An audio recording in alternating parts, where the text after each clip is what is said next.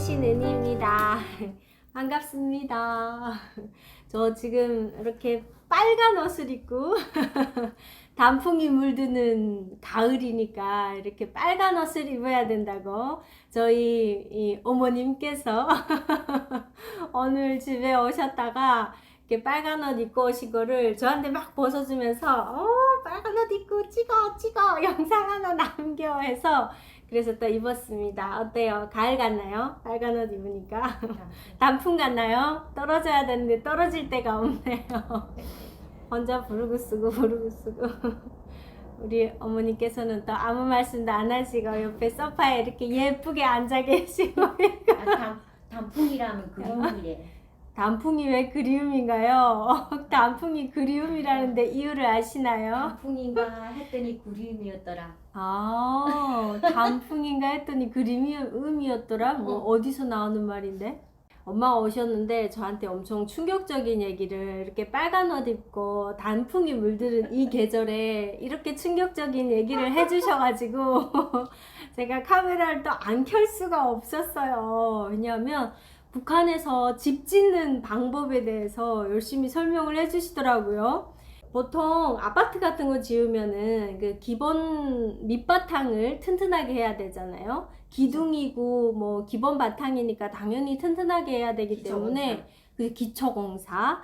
그래서 이렇게 쇠 같은 걸로 기둥을 세우고 그 쇠가 정말 튼튼하더라고요. 옛날에 그 성주기모가 그 일하는데 제가 한번 갔었던 적이 있거든요. 근데 그 아파트에 기둥을 세우는 그 쇠를 제가 봤는데 야, 진짜 이게 뭐라고 해야 될까요? 이 튼튼한 정도가 말로 표현이 안 될 정도로 튼튼해 보이더라고요. 근데 그런 거로 아파트를 짓기 위해서 세우고 거기다 세멘트를 이렇게 칠을 해서 그 쇠가 보이지 않게 하면서 기둥을 세우는 거더라고요. 근데 그렇게 세운 기둥도 이제 10년이 지나고 20년이 지나고 하면 뭐 아파트에 금이 간다 그런다, 무슨 무너질 수도 있다, 뭐 지진이 일어나면 어떻게 된다, 뭐 이런 말들이 엄청 많잖아요. 근데 북한은요 쇠가 하나도 없고 그 튼튼하게 지어야 되는 기둥을요 나무로 한대요. 통나무를 가져다가 이렇게 박아 놓는다는 거예요. 그리고 통나무 거기에 세멘트는 있나? 세멘트는 한대? 없지. 세멘트 없어. 거기다 돌 지질건데. 세멘트 대신 돌을 무슨 구석기 시대도 아니고 그래도 청동기 시대는 철이 나온 시대라고 그렇다 치더라도 야, 무상강산 철이 나오잖아. 그러니까 철이 나오는데 근데 저것도 다 어디라가 어쩌는지 무상강산에서 나온 철을 어떡하는지 모르겠다. 무성강산에서 나오는 철은 중국하고 계약을 맺고 돌 안 간대. 중국으로 20년 계약을 했다고 하더라고요. 그래서 그 20년이 이미 지나갔대요. 그래서 중국에서 기계를 돌리지 않으니까 기계가 지금 멈춰 있는 상황이다, 이런 얘기를 들었어요. 그러니까 이 쇠가 철이 없는 거죠. 그렇다 보니 이렇게 구석기, 신석기 시대처럼 집을 짓는 거예요. 나중에는 아마 움집이 나올 수도 있을 것 같아요. 하긴 지금도 농장원들은 움집이라 해도 과언이 아닐 정도의 그런 집에서 살고 있기는 해요. 흙집이라서 이렇게 뭐라고 해야 될까요? 부싯이 떨어진다고 해야 되나? 저희 엄마가 옛날에 중국으로 이렇게 비법 도강을 하시다가 저 엄마가 옆에 계시는데 제가 얘기를 할게요. 비법 도강을 하려고 넘어가다가 장마철이라서 물에 휩쓸려셨어요. 그래서 떠내려갔는데 이게 물이 너무 깊고 또 물살이 세고 하다 보니까 물 안에 꼴로로 들어갔다가는 다시 바닥이 닿으면 발로 뻥 차면 위로 올라와서 또 막 떠내려가다가 또 올라가고 이런 거를 반복하다가 너무나 다행히 그래도 얕은 부분이 있어서 그 얕은 부분에서 사셨어요. 목숨을 구하신 거죠. 아유, 진짜 큰일 날 뻔했죠. 근데 거기서 목숨을 구한 거는 이제 너무 다행인데 나와봤더니 옷이 하나도 없더래요. 왜냐면 물에 이렇게 휩쓸려서 물살에 옷이 다 벗겨져 나간 거예요. 당연히 노브라, 노 팬티, 홀딱 벗은 몸으로 물속에서 나온 거예요. 근데 그 떠내려가면서 여자 3명이었어요. 여자 3명이 떠내려가면서 살려달라고 너무 소리를 질러서 막 농장원들이, 숱한 농장원들이 막 거기 모이고 하니까 이 엄마랑 다행히 여자 3명이 다 살았는데 여자 3명이 다 나체로 나온 거예요.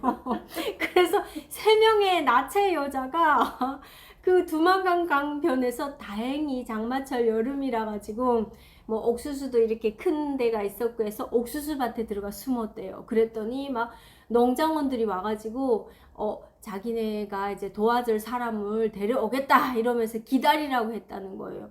근데 도와줄 사람이 과연 도와줄 사람일까요? 경비대일 것 같아가지고 엄마 내가 안 되겠다, 여기 이 강냉이 밭에 있다가는 우리 잡힐 것 같다 해서 진짜 다른 밭으로 또 옮겼는데 운이 안 좋게 다른 밭이 글쎄 콩밭이었던 거예요.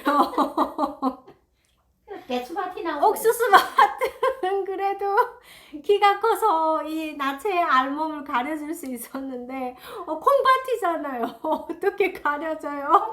그래서 배추밭이 그래도 콩밭에는 이렇게 앉으면 머리만 보이고 하니까 앉아서 막 걸어간 거예요. 그냥 앞을 향해서 그냥 무작정 가셨대요. 가서 보니까 다른 밭이 앞에 있는 것 같아 다른 밭에 딱 들어섰는데 거긴 또 배추밭인 거예요. 가을배추. 거기는 아예 몸을 숨길 수가 없는 밭이잖아요. 그래서 어쨌다는 줄 알아요? 엎드려서 군인처럼 이렇게 버벅 전진을 했다는 거. 그러다가 거기에 그냥 있다가 밭에 더 이상 다른 밭에 갈 수가 없었대요. 그리고 경비대는 막 그 농장원들이 경비대한테 신고를 해가지고 막 그 주변을 막 샅샅이 뒤지는 소리가 들리고 하니까 엄마랑 이 3명의 여자는 그냥 그 배추밭에 납작 엎드려서 밤까지 있었던 거예요. 먹이 뜯고 별의별 벌레가 이 알몸이니까 얼마나 뜯기 편했겠어요. 먹이들이 사지. 먹이들의 이 잔치 파티가 펼쳐진 거죠. 그래서 온몸이 험상하게 된 채로 밤이 돼가지고 거기서 가까운 어떤 집으로 이제 무작정 도와달라고 말하려고 들어간 거예요. 들어갔더니 어떤 아줌마랑 아저씨가 사는 집이었고 애도 있었다 했나 엄마? 애는 애들이 다 없었지. 굶어 죽었다니. 아 맞아, 애가 굶어 죽었다고 했어요. 부부 2명이 사는 그런 집이었는데 그 집 남편이 얼마나 놀랐을지 상상해 보세요. 문을 막 벌컥 열고 도와주세요. 왜냐면 북한 집은요 우리처럼 이렇게 출입문이 뭐 번호키가 있고 이런 집이 아니에요. 그냥 끈으로 이렇게 자기 전에 묶어놓고 평소에는 집에 사람 있으면 묶어놓지 않아요. 그러니까 열리면 바로 열리는 집들이거든요.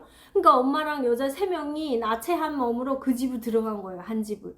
그랬더니 막 이 남편이 막 놀래가지고 벌떡 일어나더니 막 이게 무슨 일이냐, 왜 우리 집에 왜 이러냐고 막 이러고 있고 따가라고 막 이러고 있고 그 집에 아주머니가 그래도 막 누더기 같은 담요를 막 이렇게 몸을 막 덮어주면서 올라오라고 빨리 올라오라 해서 그래서 그 집에 올라가서 그리고 그 집에 그 아주머니가 우리한테 알리러 온 거예요. 집 주소를 알려줘서 옷 가지고 와달라 해가지고 그래서 저희가 옷 가지고 그 집에 갔거든요.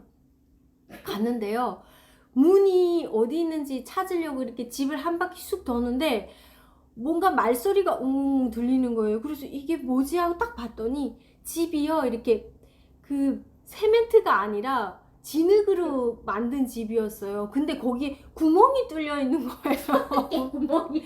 근데 그 구멍이 집이 다 들여다 보이는데 그 구멍 옆에서 엄마랑 아줌마 3명이 웅성웅성 얘기하고 있는 거예요. 그래서 제가 그 구멍에 대고 엄마 이러니까 왔니? 문이 여기 아니고 저쪽이다. 저쪽으로 들어라. 그래서 저희가 그 문을 통해서 들어가 봤더니 집이 진짜 제가 역사 시간에 배웠던 그런 움집이라고 진짜 움집이에요. 움집은 그래도 이 땅 밑에 있잖아요. 근데 이거는 번듯하게 지상에 있어요. 근데 구멍이 그렇게 숭숭 뚫려 있어요. 겨울에는 어찌 사나 몰라요. 그 겨울에는 선을 이렇게 해서 밀어넣더라. 천을 또 그렇게 밀어놓고 그래서 또 산대요. 아우 참. 그러니까 이렇게 집을 짓는데 그 집은 그래도 그러니까 그래도 통나무로 하는 집은 그나마 괜찮은 집인 것 같아요. 그러니까 아파트랑 짓는다는 게 그렇게 통나무로 짓는가 봐요. 진짜 충격이긴 한데 북한에서 살다 금방 왔다면 그 말 들으면 충격 안 받을 것 같은데 대한민국에서 이렇게 살아보니까 그 말이 충격인 거예요.